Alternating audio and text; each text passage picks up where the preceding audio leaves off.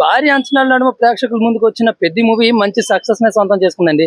రామ్ చరణ్ హీరోగా నటించిన ఈ మూవీ మంచి పాజిటివ్ టాక్ ని సొంతం చేసుకుంది. అయితే చిన్న చిన్న నెగిటివ్ కామెంట్స్ అయితే బయట వినిపించవచ్చు, కానీ అవి ఏమి లేదు. మంచి మెసేజ్ ఇచ్చే మూవీ మీద అలాంటి నెగిటివ్ కామెంట్స్ ఏంటంటూ చెప్పే వాళ్ళు కూడా లేకపోలేదు. అయితే మంచిని తీసుకోండి, లాగ్ ఉంది, ఇలా చిన్న చిన్న పాయింట్స్ అనిపించాయి అనేది తీసుకొద్దంటూ కొంతమంది ఫ్యాన్స్ తో పాటు సినీ లవర్స్ కూడా చురకలు పెడుతున్న సందర్భాలు చూడొచ్చు. అయితే తండ్రికి తగ్గ తనయుడిగా పేరు తెచ్చుకున్నాడా రామ్ చరణ్? ఖచ్చితంగా అవుననే చెప్పుకోవాలి. ఎందుకంటే రామ్ చరణ్ పడ్డ కష్టం మనకి సినిమాలో క్లియర్ కట్ గా కనిపించింది. మనకు ట్రైలర్ లో చూపించినట్టుగా ఏదైతే రెండు క్యారెక్టర్లు, క్రికెటర్ గా అలాగే పహల్వాన్ గా మనకి చరణ్ కనిపించారు, కానీ అది ట్రైలర్ లో వరకే. కానీ మంచి ట్విస్ట్ ఇచ్చే మూడో క్యారెక్టర్ కూడా సినిమాలో ఉంది. అయితే ఆ క్యారెక్టర్ అనేది మూవీలో లాస్ట్ 1:20 ముందు వస్తుంది. అది సినిమాకి హైలైట్ గా నిలుస్తుంది. మంచి మెసేజ్ ఇచ్చే క్యారెక్టర్ అని చెప్తున్నారు. అయితే అది మాత్రమే కాకుండా మూవీలోని మంచి మంచి సీన్స్ అయితే ఊరి కోసం కష్టపడే సీన్స్ అవ్వచ్చు.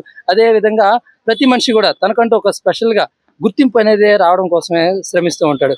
అందులో గుర్తింపు వచ్చే విధంగా ఇందులో రామ్ చరణ్ కష్టపడే తీరు, అలాగే ఊరి కోసం కష్టపడేటటువంటి శ్రమించినటువంటి ఆ తీరు మొత్తం కూడా ఆ సినిమాకి హైలైట్ గా నిలిచాయండి.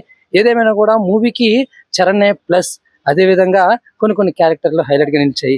ఏదేమైనా కూడా భారీ బడ్జెట్ తో అలాగే మంచి అంచనా నడుమ వచ్చినటువంటి ఈ మూవీ ఖచ్చితంగా కలెక్షన్ల పరంగా కూడా దూసుకెళ్తుంది అంటున్నారు. మరి ఇప్పటి వరకు కూడా 236 కోట్లకు పైగా కలెక్షన్లు సాధించినటువంటి పెద్ద మూవీ 500 కోట్ల మార్కును కూడా దాటొచ్చు అంటున్నారు.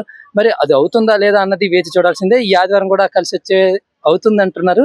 మరి చూద్దాం. మరి మీరేమంటారు? 500 మార్కులను దాటే స్థాయికి పెద్ద మూవీ ఉంటుందా లేదా? మీ అభిప్రాయాన్ని కామెంట్ ద్వారా తెలియజేయండి. వీడియో నచ్చితే లైక్ చేయండి, షేర్ చేయండి.